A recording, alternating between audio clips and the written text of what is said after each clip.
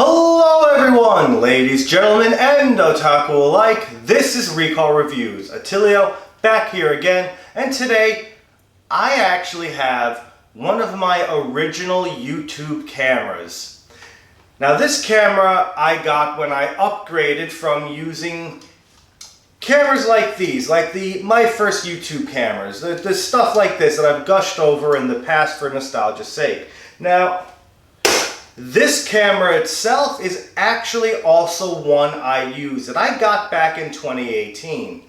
Now, I had gotten it originally because I needed an extra camera to film a couple specific matches that I was doing. I needed a camera because I wanted to try and save my matches for posterity. Never quite ended up working out that way. Instead, I ended up using this in tandem with my third YouTube camera, which was a JVC Averio 1080p camcorder. It was purple. I really liked it. I'm trying to find one that was just like it. So I can add it to the camera comparison video, the second one, the sequel that I'm working on very slowly. But this camera was actually YouTube tried and used on my channel for quite a while. You open it, it still works, and it's also just a welcome camera.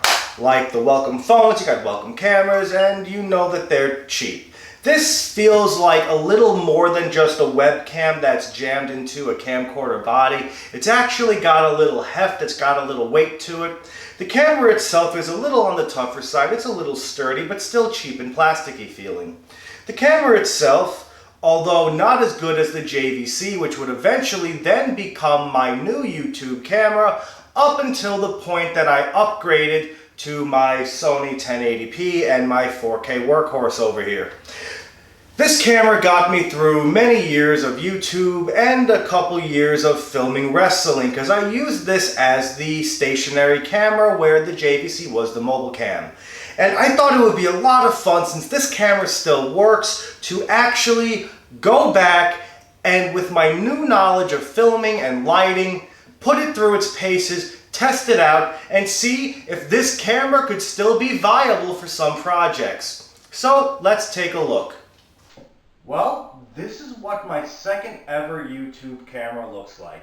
It's zoomed out to its maximum, and it's set to auto white balance. It can accept an external microphone, but only a hot shoe mount. There is no port or connector that will allow it to use a plug-in microphone. So I can't use my Takstar microphone or even any of the other cheaper microphones that have come with cameras similar to this. Now, let's set this tripod to give it a move, and you can see how this camera is with changing lighting, whether it's changing the lighting around me or how much light is directly hitting the camera itself. Again, I'm using my motion tracking tripod, and I'll run it through its other white balance settings for sure and give it a try and see what white balance would work best in filming in this room. And I'll even test it in some scenarios that were very similar to how I used to film and wear for my original YouTube channel. So let's start running through the settings.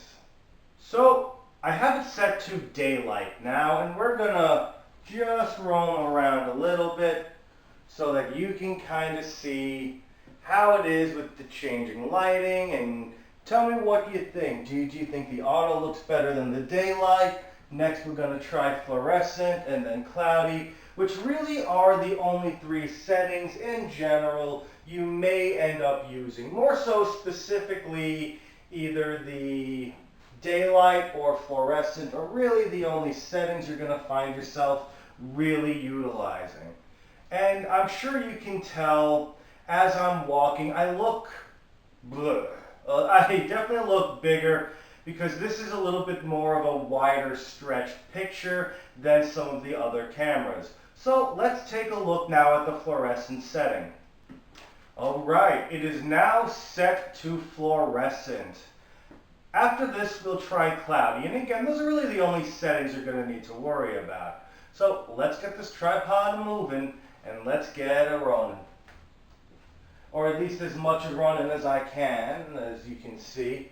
But again, you can see I look a little bit wider than I think I ordinarily would, because again, this feels like it's a little bit more stretched of an image. But again, here we are, hobbling through. You can see how it adapts to the changing lighting. You can see the gradients change. Like you can literally see it like stepping through on your screen, or at least I know I can on the screen that I'm looking at right now. Maybe I'll run it through a test outdoors, who knows. But let's take a look at that cloudy setting next. So this is the cloudy setting, and I can tell just looking at the screen, I don't like it. I don't think that this will look really good at all. So we're going to step on through so we have the most light coming into the lens, which hopefully will get you a better picture because we got the outside light coming into the lens, and we're going to stroll on a little bit. I certainly think that much like the Zostuic, the fluorescent video setting is going to be the superior choice for a majority of your filming needs. I wish I knew how to mess around with that when I was originally using this camera for my YouTube. If I remember correctly, I used this camera for the humanoid review I did, or the one just before that. And then I switched back to a webcam for a while because I was lazy, and then I got my 4K, so I started using that. Now let's switch back to fluorescent. Well, here we are, back to fluorescent. Again, I think that this white balance is probably the prime setting you're gonna have this on a majority of the time, because I think in general it just captures everything a little bit nicer and cleaner, and then you can always play with the color correction a little bit afterwards. Again, I used this camera for a little while.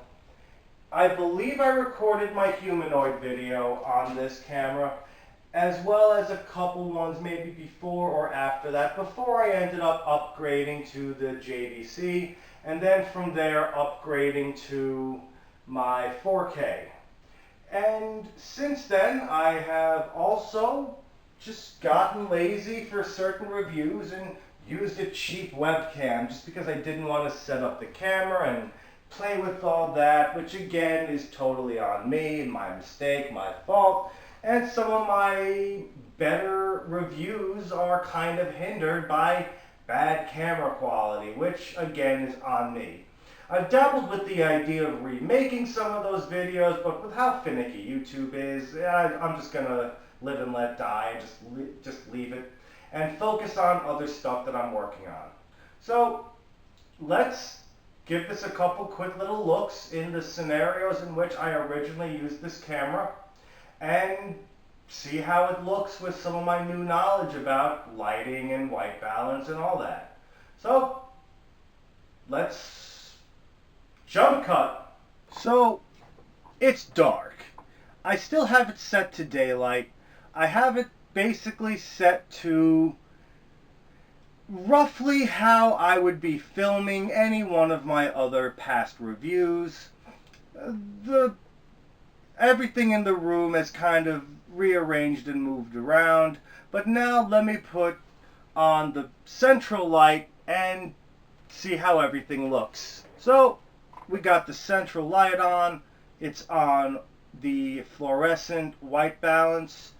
Let me see how this looks on auto. It's set to auto white balance. And to me, it looks like it doesn't know what it wants to do. It's cycling through colors. So I'm going to click it on to daylight and just really get a look at how it looks like that. It's set to daylight. Again, I think fluorescent looks better. So I think in general, let's jump back to fluorescent and we'll play around with some more lighting options. Because I've got a couple of these headlights here I can slap on top and set it up. So let's see how that looks. Well, this is what it looks like with the singular headlight on the camera. set to fluorescent. Again, in this instance, you can play with the color correction, make the adjustments that you need to do, and in general, you may have a decent little image. The light's dying. I didn't put new batteries in it. That's why it just suddenly jumped down like that.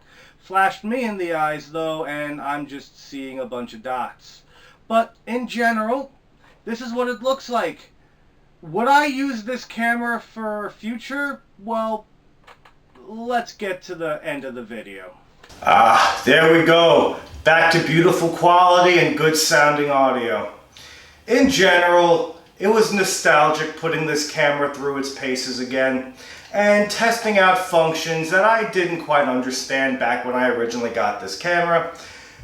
Would I ever use this camera in the future? Probably not. Would this be a last-minute emergency camera if I really needed a camera for something?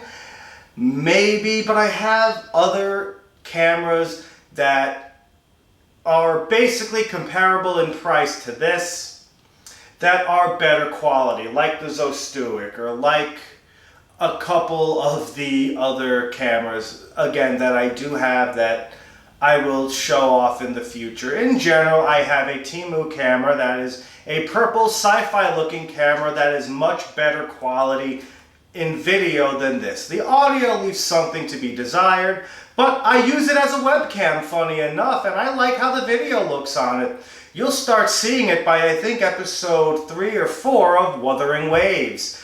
Oh, did I just spoil what I'm working on next? Yes, a Let's Play for Wuthering Waves. So, it was fun and nostalgic, and I got to jump a few years into the past and enjoy an old piece of technology that helped me out when I needed a camera.